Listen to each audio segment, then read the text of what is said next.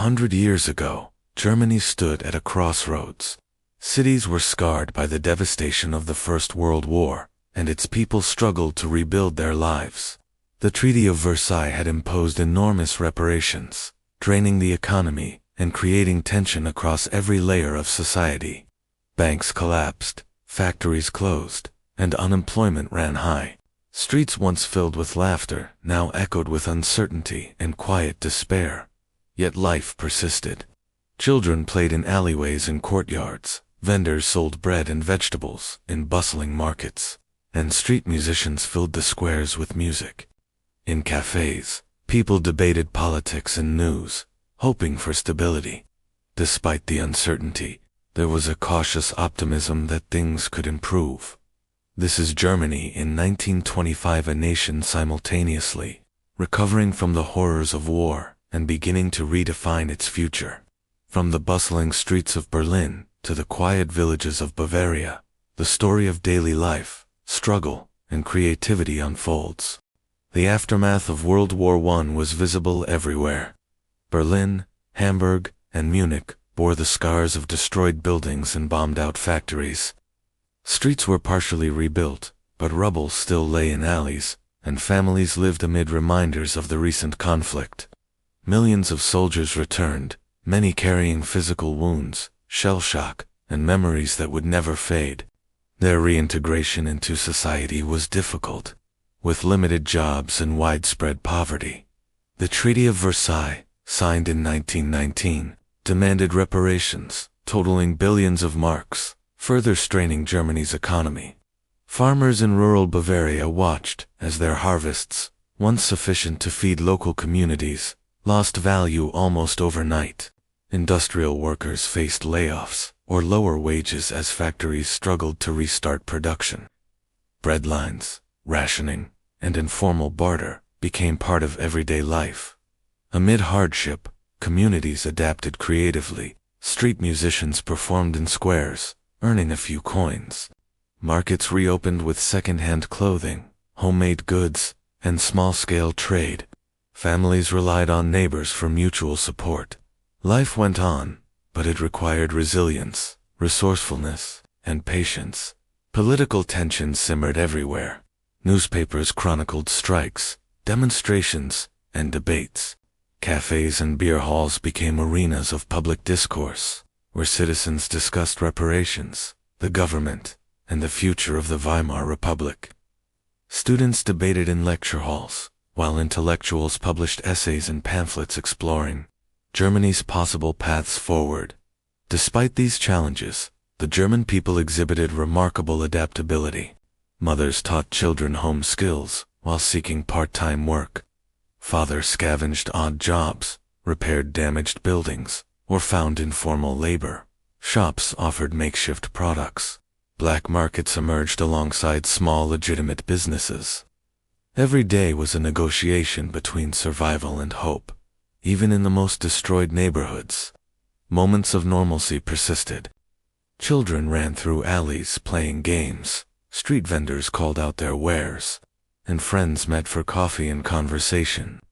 These small acts of daily life reflected resilience and a determination not to surrender to despair. This period, while difficult, laid the groundwork for the transformations that would follow. Economically, socially, and culturally, Germany was forced to adapt. The experiences of 1925 would shape a generation, influencing how they approached work, family, art, and politics in the years to come. In 1925, daily life in Germany was a careful balance between hardship and persistence. Streets in Berlin, Hamburg, and smaller towns were busy with vendors selling bread, cheese, vegetables, and textiles. Cobblestone roads carried pedestrians, horse-drawn carts, and the occasional early automobile. The air smelled faintly of smoke from bakeries, factories, and wood stoves, mingling with the aroma of fresh bread from open market stalls. Children in simple school uniforms carried satchels filled with books and notebooks, walking together along the streets to attend lessons. Schools were busy, but modest, with wooden desks, chalkboards, and students practicing handwriting and arithmetic. In rural villages, children helped with chores, tending animals, carrying water, and learning trades from their parents, blending education with daily responsibilities. Fashion reflected necessity more than style. Men wore sturdy boots, simple trousers, and heavy coats. Women favored modest dresses, with practical shoes, and hats were common for sun protection and social decorum. Even clothing repairs were an art. Mothers patched worn garments, and entire families often wore hand-me-downs. Despite simplicity, Germans took pride in their appearance, maintaining neatness and dignity. Markets were not only places to buy food, but social hubs. Street musicians and performers entertained crowds, while neighbors exchanged news, gossip, and advice. Cafes were central to social life. People gathered to discuss politics, trade news, and cultural events. Music, theater, and reading provided small escapes from the daily struggle. In addition to urban life, small towns maintained strong community ties. Festivals, church gatherings, and local fairs brought families together. Traditional celebrations were often adapted to the economic reality. Homemade decorations, locally baked treats, and shared meals created a sense of continuity and hope. Food was simple, yet vital. Families relied on bread, potatoes, cabbage, and seasonal vegetables. Meat was a luxury for many, while dairy products were carefully rationed. Creative cooking and preservation methods allowed households to make the most of limited resources. Kitchens often doubled as workspaces for sewing, brewing, or small-scale crafts that supplemented income. Even with these challenges, there were moments of joy. Children played traditional games in alleys and courtyards. Street performers drew crowds with juggling and music. And evenings were often spent around family tables or in small gatherings with neighbors. Humor and storytelling helped people cope, offering mental respite from the lingering scars of war. For the average German in 1925, life was about adaptation, resilience, and community. Daily routines were strict, but infused with creativity and human warmth. While the past remained heavy, the streets, markets, and homes were filled with quiet determination. People determined to survive, rebuild, and find moments of normalcy amid uncertainty. By 1923, Germany had endured the worst of hyperinflation, and the introduction of the Rentenmark stabilized the nation's currency. By 1925, the economy began to show tentative signs of recovery. Though the wounds of war and political turmoil remained visible, streets and industrial districts once deserted were again bustling with workers and deliveries. As factories reopened their gates and small workshops resumed production, industrial areas in cities like Berlin, Stuttgart, and Hamburg hummed with activity. Steel workers operated massive furnaces, machinery whirred with new inventions, and automotive assembly lines produced vehicles that would soon traverse Germany's expanding road network. Factories offered jobs to returning soldiers and displaced workers, though pay was modest and hours long. Safety standards were minimal, yet there was hope in the hum of productivity. Small businesses flourished alongside industrial recovery. Bakers, tailors, and cobblers reopened, catering to neighborhoods hungry for stability. Shops displayed goods repaired or repurposed, reflecting both ingenuity and necessity. Markets sold a mix of local produce and imported items, signaling slowly improving trade connections with neighboring countries. In urban homes, families cautiously managed finances. Households saved wherever possible, repaired clothing, and prepared meals carefully to avoid waste. Women often supplemented family income with part-time work, sewing, teaching, or operating small stalls in local markets. Children, while attending school, contributed to household tasks, reflecting a culture of resilience and shared responsibility. In parallel, government infrastructure projects provided employment and modernized cities. Tram lines expanded, bridges were repaired, and public buildings rebuilt. Electricity gradually reached more homes, lighting streets and households. allowing evening activities and small-scale crafts that contributed to family income. Banks cautiously reopened, and though many citizens remained wary, confidence slowly returned, yet challenges remained. International trade was still fragile, and reparations imposed by the Treaty of Versailles continued to strain the economy. Rural communities faced crop failures, while urban areas struggled with housing shortages. Nevertheless, compared to the despair of 1923, Germany in 1925 felt cautiously optimistic. There was a tangible sense that hard work could yield measurable progress. Daily life reflected this cautious hope. Street vendors sold their goods with renewed energy. Cafes and social spaces thrived as people discussed market trends, political developments, and business opportunities. Even in neighborhoods still bearing the scars of war, children laughed in alleyways, artisans repaired broken tools, and families planned for the future with a quiet determination. Economic recovery in 1925 was neither complete nor guaranteed, but it represented a turning point. Germany was slowly regaining its footing, fueled by human resilience, ingenuity, and the shared understanding that reconstruction was a collective effort. In factories, markets, and homes alike, the seeds of future growth were being planted. While economic recovery remained fragile, culture in Germany flourished.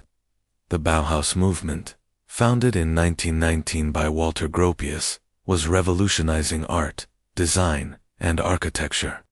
In Dessau and Weimar, students and artists experimented with clean lines, geometric shapes, and functional design.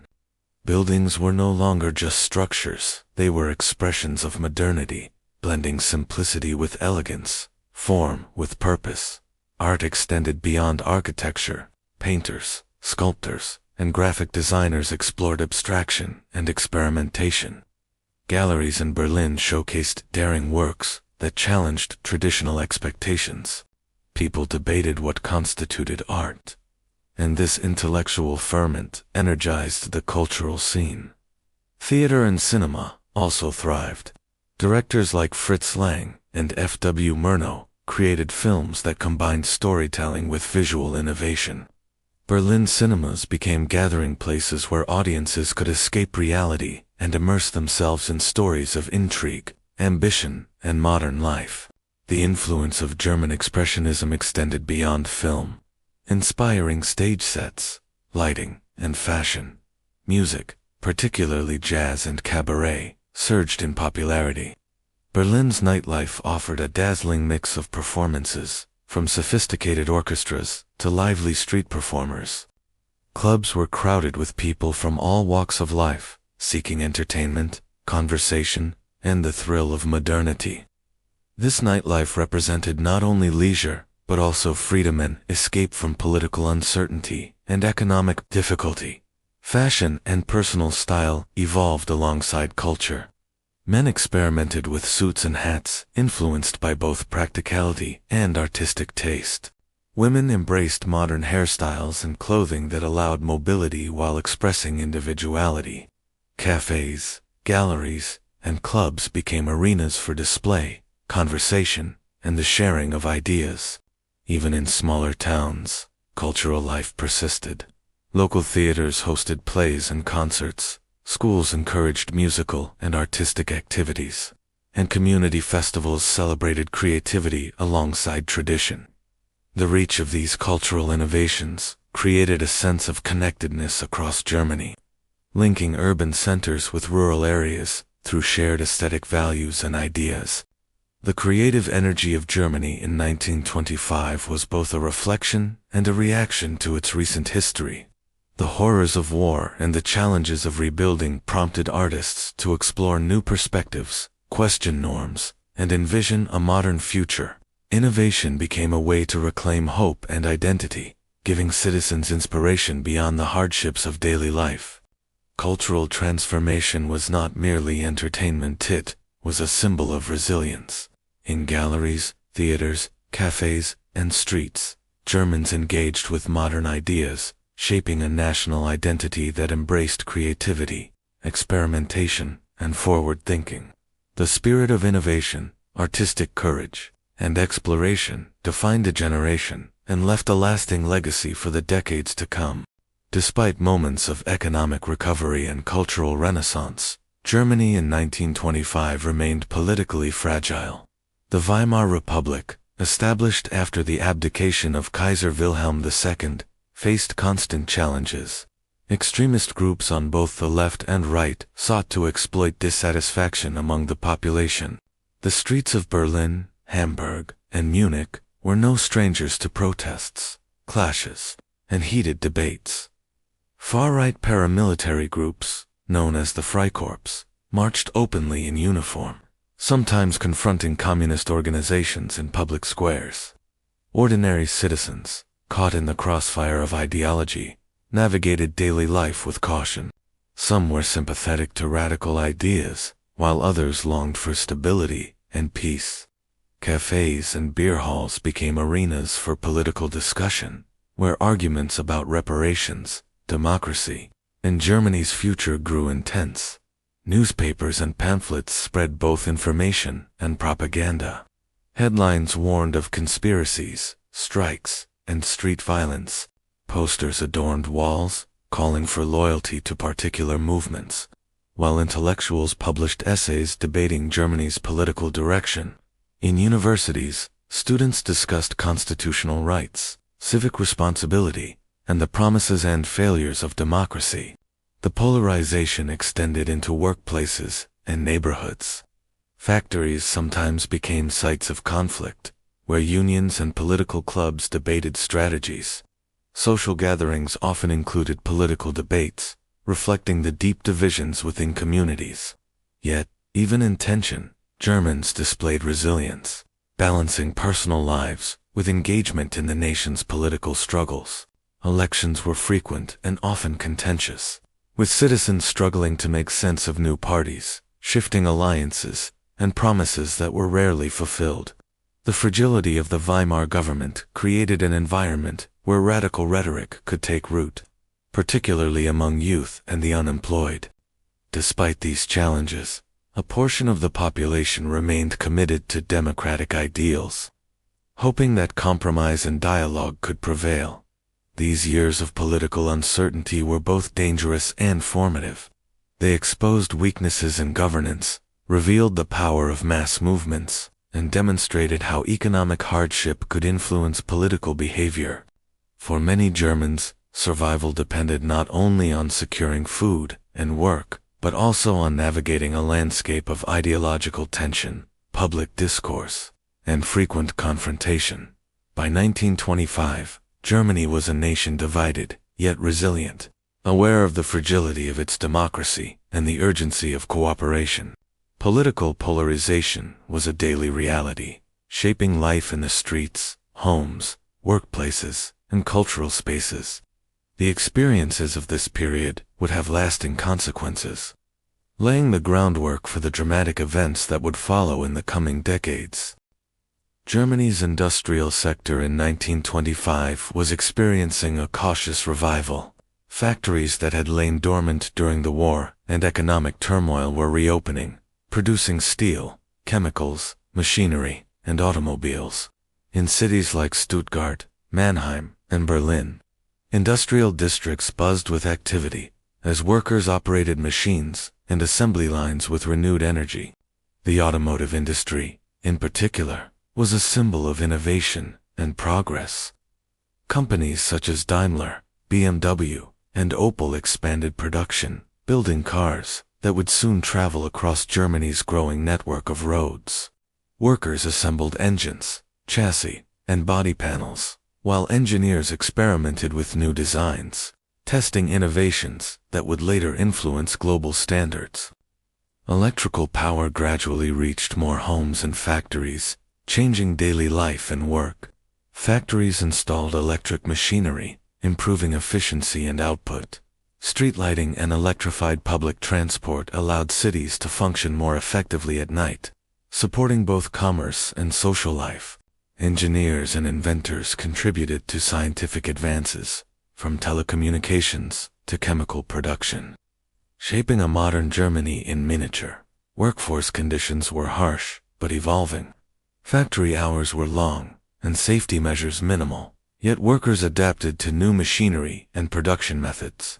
Labor unions began to advocate for better wages, conditions, and social protections, laying the groundwork for future reforms. Apprentices learned trades alongside skilled workers, ensuring that knowledge passed to the next generation. Small-scale innovation also flourished. Local workshops repaired tools, created household goods, and modified machinery to meet specific needs. Inventors tinkered in garages, experimenting with prototypes for bicycles, radios, and mechanical devices. These innovations reflected both necessity and creativity, showing how everyday people contributed to progress. Industrial recovery intertwined with urban life. The hum of machinery, the whistle of trains, and the movement of goods through markets and ports created a rhythm that defined modern German cities. Workers commuted by tram, horse-drawn carts still delivered supplies, and bicycles became a common personal transport method. Innovation was not limited to technology alone. Processes, management techniques, and logistics evolved to increase efficiency and competitiveness. Factories tested assembly line methods, standardized tools, and coordinated supply chains, foreshadowing the industrial boom that would follow in later decades. In 1925, Germany's industrial and technological landscape reflected both the challenges of recovery and the promise of the future. Factories, workshops, and laboratories symbolized hope, ambition, and the resilience of a nation determined to rebuild. The work done in these factories, streets, and small laboratories would leave a lasting legacy for the generations to come. Families in Germany in 1925 were the backbone of society, providing stability and continuity amidst political and economic uncertainty. Households typically included parents, children, and often extended family members, who supported one another in daily life. Family routines revolved around work, school, chores, and communal meals, with every member contributing to survival and well-being. Children attended schools that emphasized literacy, arithmetic, and moral education. Classrooms were often modest, with wooden desks, chalkboards, and simple teaching materials. Despite limited resources, teachers worked to provide quality education, and parents stressed the importance of learning as a tool for future stability and opportunity. In rural areas, education was often combined with practical work, as children assisted in farms and household duties, learning both academic and life skills. Women's roles were evolving. While traditional expectations remained strong, more women were entering offices, schools, and cultural institutions. Some worked as teachers, clerks, or shopkeepers, contributing to household income and gaining independence. Home life continued to demand labor-intensive work, from cooking and cleaning to mending clothes and tending gardens. Yet women increasingly participated in social, cultural, and professional spheres. Social life was closely linked to family and community. Neighborhood gatherings, church events, and seasonal festivals were central to cultural continuity. Families engaged in crafts, music, and storytelling, passing traditions to the next generation. Children played outdoor games, and neighbors shared resources, advice, and companionship to cope with economic and social challenges. Education extended beyond formal classrooms. Apprenticeships and vocational training prepared young people for work in trades, agriculture, or industry. Local clubs and societies offered opportunities to learn arts, music, and civic engagement. Reading newspapers and lectures helped cultivate informed citizens, able to participate in debates about society, politics, and culture. Despite the lingering effects of war and economic hardship, the sense of family and community provided resilience. Children learned discipline and creativity. Parents balanced work with care, and communities supported one another through hardship. Meals, celebrations, and shared routines offered moments of joy and normalcy, even when resources were scarce.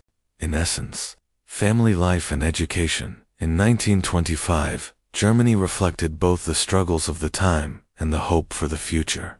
The bonds of kinship, the emphasis on learning, and the nurturing of civic and cultural values helped shape a generation that could endure challenges and contribute to the nation's ongoing recovery and evolution.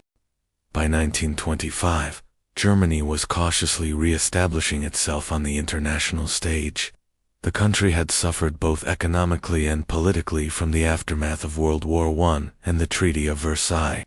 The Dawes Plan of 1924 provided temporary relief, reorganizing reparations and attracting foreign loans that stabilized the economy. This plan allowed Germany to rebuild infrastructure, industry, and public confidence. German diplomats worked tirelessly to repair relationships with neighboring nations. They attended conferences, negotiated trade agreements, and promoted cultural exchanges to demonstrate Germany's commitment to peace and collaboration. International exhibitions and fairs provided opportunities to showcase German art, science, and industry, helping to reshape the country's image abroad. Despite these efforts, challenges remained. Many countries remained wary of Germany's intentions, while domestic political factions debated how much compromise was acceptable.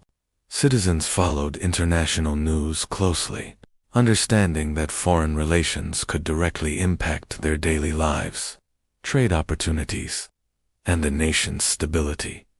Germany's participation in organizations such as the League of Nations reflected its desire to integrate into global governance. Diplomats emphasized economic recovery, cultural contributions, and peaceful intentions, seeking to balance national pride with the practical need for international cooperation. Trade gradually resumed with neighboring countries. Ports like Hamburg became bustling hubs of imports and exports, while railways transported goods across Europe. Scientific and technological collaboration flourished, as German engineers and scholars contributed to international projects in chemistry, physics, and medicine. The German people were beginning to view their nation as part of a larger European and global community. Even as political and economic uncertainties persisted at home, engagement with the world offered hope for stability, growth, and recognition, signaling that Germany's recovery was not solely domestic, but intertwined with international diplomacy and collaboration. Germany in 1925 was a nation of contrasts. Cities and towns bore the visible scars of war, yet life moved forward. The economy was fragile but recovering, industries were innovating, and families, schools, and communities adapted to the challenges of daily life. Politically, the country was divided, but culturally, it thrived. Art, architecture, theater, and music brought inspiration and hope to countless citizens. The experiences of this period remind us that history is not just about events or dates. It is about people navigating adversity, creating, and rebuilding. From bustling markets and factories to cafes, schools, and street corners, Germans displayed resilience, ingenuity, and a determination to persevere. By examining this era, we gain insight into how societies recover from hardship, how culture and innovation flourish, even in difficult times, and how ordinary people shape the course of history through daily choices, creativity, and community. Thank you for watching, and for joining me on this journey through Germany 100 years ago. If you enjoyed this exploration, be sure to explore more stories from the past and discover how history continues to influence the world today.